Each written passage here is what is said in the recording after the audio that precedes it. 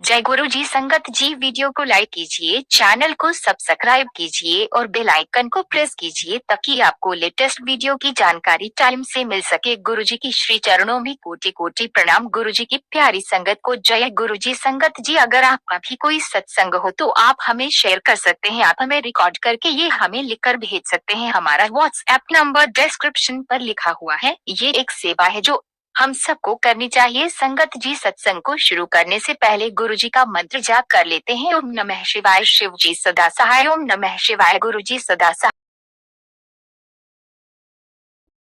मेरे भाई को गुरु जी के यहाँ जाते हुए 8 महीने हो गए थे। मुझे गुरु जी में विश्वास नहीं था, पर अपने भाई के दबाव डालने पर मैं गुरु जी के दर्शन और आशीर्वाद के लिए उसके साथ गई। हम वो दिन भूल नहीं सकते जब हमें एम्पायर स्टेट में उनके दर्शन हुए। हम संगत के साथ बैठे हुए थे। करीब 20 मिनट के बाद गुरुजी ने हॉल में प्रवेश किया। उनके मनोहर दर्शन पाते ही मुझे पहली निगाह में प्रेम हो गया। मेरे भाई ने गुरुजी को मेरा परिचय दिया। उन्होंने मेरी ओर 2 बार देखा और बोले, बड़ी चंगी कुड़ी है, बहुत अच्छी लड़की है। मैंने आज भी उनके ये शब्द अपने मन में संजो के रखे हैं।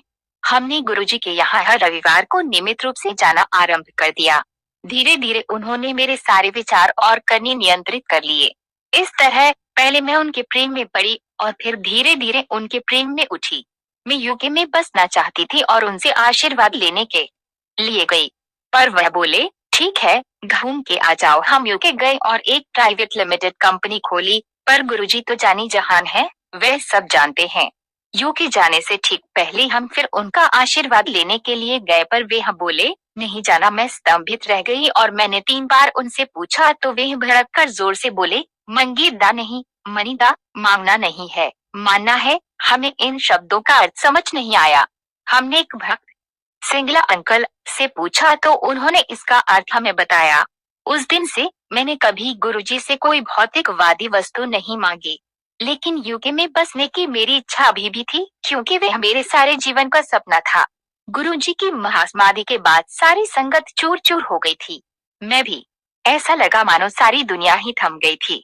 2 साल बाद मैंने फिर अपने पति से यूके जाकर बसने की इच्छा जाहिर की। हम एक रविवार को बड़े मंदिर गए। जैसे ही मैं आज्ञा लेकर जाने लगी, एक आंटी मेरे पास आकर बोली कि अच्छा हुआ कि मैं यूके नहीं गई, क्योंकि आजकल वहाँ कुछ भी अच्छा नहीं था। वो यूके के बारे में लगातार नकारात्मक बातें बोलती रही जब तक मैं मंदिर से नहीं निकली। वापस जाते समय मुझे एहसास हुआ कि ये गुरुजी की ओर से एक सीधा संदेश और स्पष्ट संकेत था कि मुझे यूके जाकर बसने के बारे में नहीं सोचना चाहिए। इस घटना ने मुझे यह बात भी बिल्कुल स्पष्ट कर दी कि गुरुजी हमेशा हमारे साथ हैं और हमारे मन में आने वाली छोटी से छोटी बात भी जानते हैं। मुझे अपनी बेटी आस्था की चिंता रहती थी।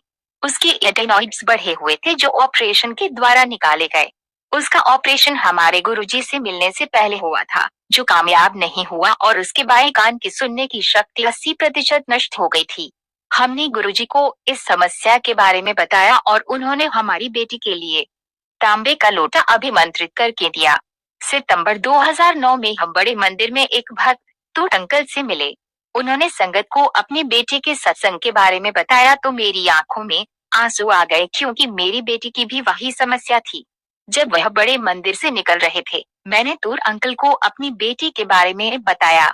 10 दिन बाद उन्होंने मुझे चंडीगढ़ से फोन किया और बोले, चिंता मत करो, गुरुजी की कृपा से तुम्हारी बेटी बिल्कुल ठीक हो जाएगी। 1 महीने बाद दिवाली की शाम को हमने घर पर जल्दी पूजा कर ली, क्योंकि हम बड़े मंदिर जाना चाहते थे। आस्था ने मुझे पूजा करने से पहले मोमबत्तियां जलाने को कहा, पर मैंने उससे कहा कि मैं मोमबत्तियां पूजा करने के बाद जलाऊंगी। जब हम पूजा कर रहे थे, आस्था बहुत बेचैन महसूस कर रही थी। मैंने 2 बार उसे पूजा पर ध्यान देने को कहा, पर वह ऐसा नहीं कर पाई। पूजा के बाद उसने मुझसे पूछा कि हम आरती इतने ऊंचे स्वर में क्यों गा रहे थे। मैं उससे बोली कि हमने आरती ऊंचे स्वर में नहीं गाई थी।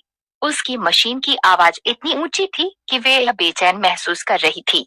10 मिनट बाद वह सब कुछ साफ साफ सुन पा रही थी। मैंने उसका विश्वास नहीं किया जब तक मैंने अपने पति के कान में कुछ फुसफुसाया और उसने वो सुन लिया। वह मुझसे बोली कि अब वह सब कुछ साफ साफ सुन सकती थी।